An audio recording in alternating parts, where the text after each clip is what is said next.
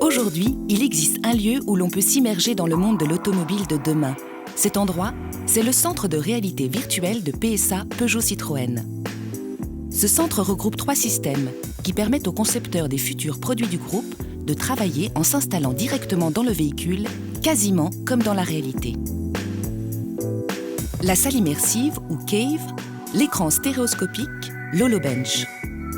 Ces 3 outils ont en commun d'offrir une perception de la réalité en relief et à l'échelle 1 grâce à une projection stéréoscopique. Ils permettent une simulation à la première personne. Les concepteurs vont pouvoir se mettre à la place du client dans le véhicule en cours d'étude ou bien à la place de l'opérateur sur le poste de travail en usine.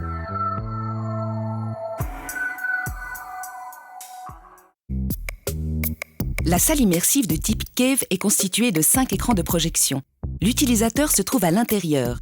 Il porte des lunettes qui lui donnent une vision en 3 dimensions de la scène virtuelle dans laquelle il est immergé.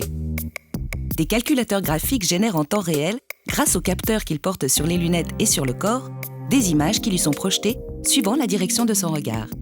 Il interagit ainsi avec le monde virtuel. À l'extérieur du Cave, l'équipe projet suit les manipulations, dialogue avec l'utilisateur et intervient dans le choix de solutions. Cela permet, chacun à son tour, d'évaluer les projets de manière sensitive, au sein d'un travail d'équipe. Le Cave peut s'utiliser dans différentes configurations.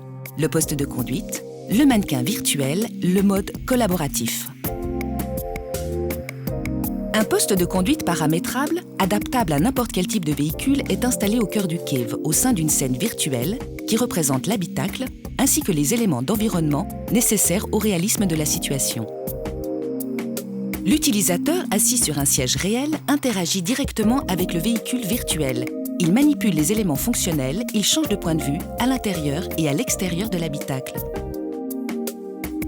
Cette configuration permet d'évaluer les concepts d'architecture du véhicule, de vérifier les choix en matière de visibilité, d'ergonomie et d'interagir avec l'ensemble des éléments mobiles de l'habitacle. Dans cette configuration, l'utilisateur, littéralement couvert de capteurs de mouvement, effectue une opération de montage sur une ligne de production virtuelle. On le voit mettre en place la banquette arrière d'un véhicule. Il essaye différentes possibilités et l'ergonome analyse les gestes nécessaires à la manipulation. Le but est ici d'évaluer la faisabilité des opérations manuelles et d'optimiser l'ergonomie du poste de travail, afin d'en réduire la pénibilité.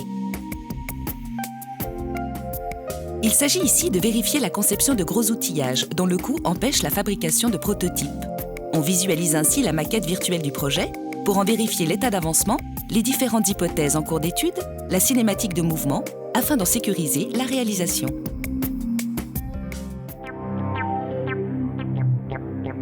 L'écran stéréoscopique est adapté aux séances de travail de groupe.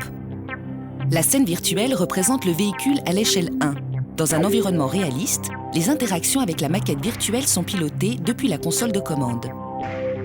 Cette configuration permet de comparer des concepts d'architecture du véhicule, d'évaluer la qualité perçue, d'anticiper un maquettage physique et, à terme, de remplacer une maquette réelle.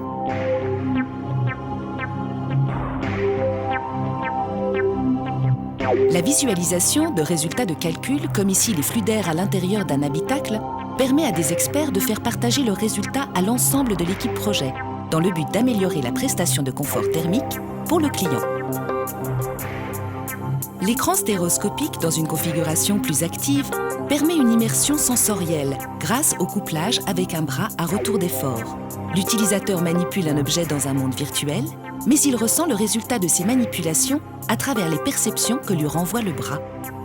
Cela permet de vérifier, par exemple, la faisabilité d'opérations de montage, alors qu'aucune pièce physique n'existe encore. Ce système immersif à 2 écrans de projection est équipé d'une interface à retour d'effort. L'outil que manipule l'opérateur est maintenu dans un réseau de câbles qui sont reliés à des moteurs. Lorsque l'outil rentre en collision dans le monde virtuel, les câbles se tendent et l'utilisateur ressent alors les efforts de contact, comme dans la réalité. L'HoloBench permet de vérifier la faisabilité d'opérations manuelles effectuées dans les ateliers de montage ou de peinture. L'utilisateur sent les différents niveaux des tôles et réalise la pose d'un cordon de mastic au moyen d'un pistolet. Cela permet d'évaluer la faisabilité de l'opération en termes de visibilité et d'ergonomie, alors que l'on ne dispose pas de prototype physique. Pour les opérations de montage, la pièce est tenue à travers une poignée interactive, comme si l'on tenait l'objet dans l'espace. Une utilisatrice évalue ici la faisabilité de la pose d'un élément moteur sur la maquette virtuelle, pour vérifier si l'opération est simple à exécuter. Ces systèmes sont aujourd'hui utilisés en anticipation et en complément des maquettes réelles, mais à terme, on peut penser que la grande majorité des évaluations faites sur des moyens physiques seront réalisées en réalité virtuelle. La réalité virtuelle est en train de devenir un outil indispensable de la conception automobile. Ici, on peut toucher le futur.